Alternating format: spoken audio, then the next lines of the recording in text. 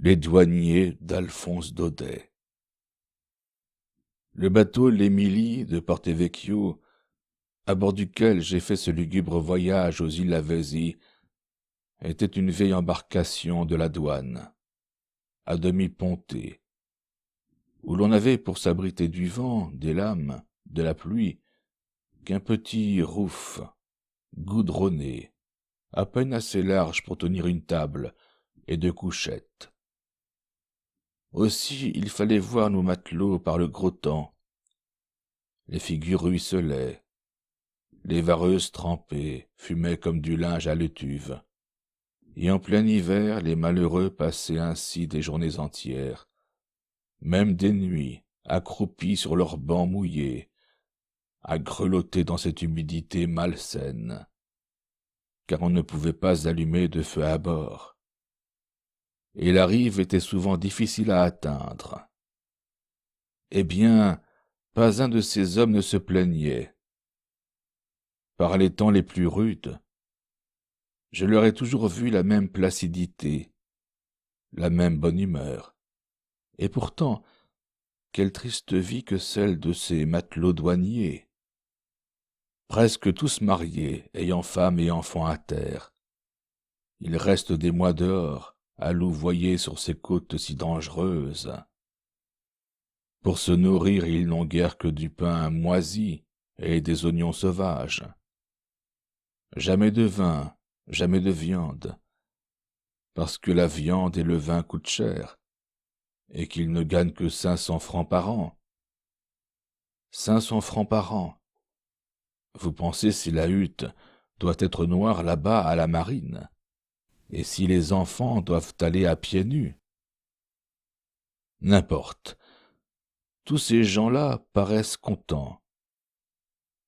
Il y avait à l'arrière, devant le rouf, un grand baquet plein d'eau de pluie, où l'équipage venait boire. Et je me rappelle que, la dernière gorgée finie, chacun de ces pauvres diables secouait son gobelet avec un « ah » de satisfaction, une expression de bien-être à la fois comique et attendrissante. Le plus gai, le plus satisfait de tous, était un petit bonifacien hâlé et trapu qu'on appelait Palombo. Celui-là ne faisait que chanter, même dans les plus gros temps. Quand la lame devenait lourde, quand le ciel assombri et bas se remplissait de grésil, et qu'on était là tous, le nez en l'air, la main sur l'écoute, à guetter le coup de vent qui allait venir, alors dans le grand silence et l'anxiété du bord, la voix tranquille de Palombo commençait. « Non, monseigneur, c'est trop d'honneur, Lisette est sage, reste au village. » Et la rafale avait beau souffler, faire gémir les agrès, secouer et inonder la barque. La chanson du douanier allait son train, balancée comme une mouette, à la pointe des vagues. Quelquefois le vent accompagnait trop fort, on n'entendait plus les paroles. Mais entre chaque coup de mer, dans le ruissellement de l'eau qui s'égouttait, le petit refrain revenait toujours. « Lisette est sage, reste au village. » Un jour pourtant qu'il ventait, et il pleuvait très fort, je ne l'entendis pas.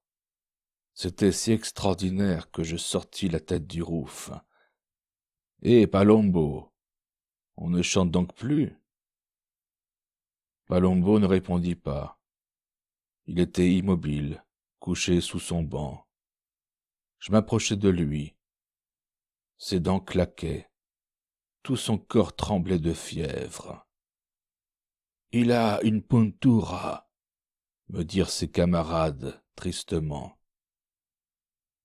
Ce qu'ils appellent puntura, c'est un point de côté, une pleurésie.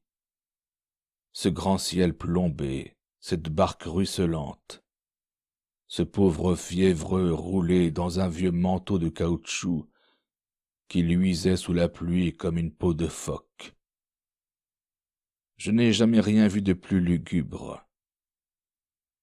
Bientôt le froid, le vent, la secousse des vagues aggravèrent son mal. Le délire le prit. Il fallut aborder. Après beaucoup de temps et d'efforts, nous entrâmes vers le soir dans un petit port aride et silencieux qu'animait seulement le vol circulaire de quelques gouailles. Tout autour de la plage montaient de hautes roches escarpées, des maquis inextricables d'arbustes verts, d'un vert sombre, sans raison. En bas, au bord de l'eau, une petite maison blanche à volets gris. C'était le poste de la douane. Au milieu de ce désert, cette bâtisse de l'État, numérotée comme une casquette d'uniforme, avait quelque chose de sinistre. C'est là qu'on descendit le malheureux Palombo. Triste asile pour un malade. Nous trouvâmes le douanier en train de manger au coin du feu avec sa femme et ses enfants. Tout ce monde-là vous avait des mines hâves, jaunes, des yeux agrandis, cercles de fièvre. La mère, jeune encore, un nourrisson sur les bras, grelottait en nous parlant. « C'est un poste terrible », me dit tout bas l'inspecteur. Nous sommes obligés de renouveler nos douaniers tous les 2 ans. La fièvre de Marais les mange. Il s'agissait cependant de se procurer un médecin. Il n'y en avait pas avant Sartène, c'est-à-dire à 6 ou 8 lieues de là. Comment faire? Nos matelots n'en pouvaient plus. C'était trop loin pour envoyer un des enfants. Alors la femme, se penchant dehors, appela « Seco! Seco !» Et nous vîmes entrer un grand gars bien découplé, vrai type de braconnier ou de bandito, avec son bonnet de laine brune et son pelone en poil de chèvre. En débarquant, je l'avais déjà remarqué, assis devant la porte, sa pipe rouge aux dents, un fusil entre les jambes. Mais je ne sais pourquoi il s'était enfui à notre approche. Peut-être croyait-il que nous avions des gendarmes avec nous. Quand il entra, la douanière rougit un peu. « C'est mon cousin, » nous dit-elle. « Pas de danger que celui-là se perde dans le maquis. » Puis elle lui parla tout bas, en montrant le malade. L'homme s'inclina sans répondre, sortit, siffla son chien, et le voilà parti, le fusil sur l'épaule, sautant de roche en roche avec ses longues jambes. Pendant ce temps-là, les enfants, que la présence de l'inspecteur semblait terrifier, finissaient vite leur dîner de châtaignes et de bruccio. Et toujours de l'eau, rien que de l'eau sur la table. Pourtant, c'eût été bien bon un coup de vin pour ces petits. Ah, misère! Enfin, la mère monta les coucher. Le père, allumant son falot, alla inspecter la côte. Et nous restâmes au coin du feu à veiller notre malade, qui s'agitait sur son grabat, comme s'il était encore en pleine mer, secoué par les lames. Pour calmer un peu sa puntura, nous faisions chauffer des galets, des briques qu'on lui posait sur le côté. 1 ou 2 fois, quand je m'approchais de son lit, le malheureux me reconnut, et pour me remercier, me tendit péniblement la main, une grosse main râpeuse et brûlante, comme une de ces briques sorties du feu. Triste veillée. Au dehors, le mauvais temps avait repris avec la tombée du jour, et c'était un fracas, un roulement, un jaillissement d'écume, la bataille des roches et de l'eau. De temps en temps, le coup de vent du large parvenait à se glisser et dans la baie et enveloppait notre maison. On le sentait à la montée subite de la flamme qui éclairait tout à coup les visages mornes des matelots, groupés autour de la cheminée et regardant le feu avec cette placidité d'expression que donne l'habitude des grandes étendues et des horizons pareils. Parfois aussi Palombo se plaignait doucement.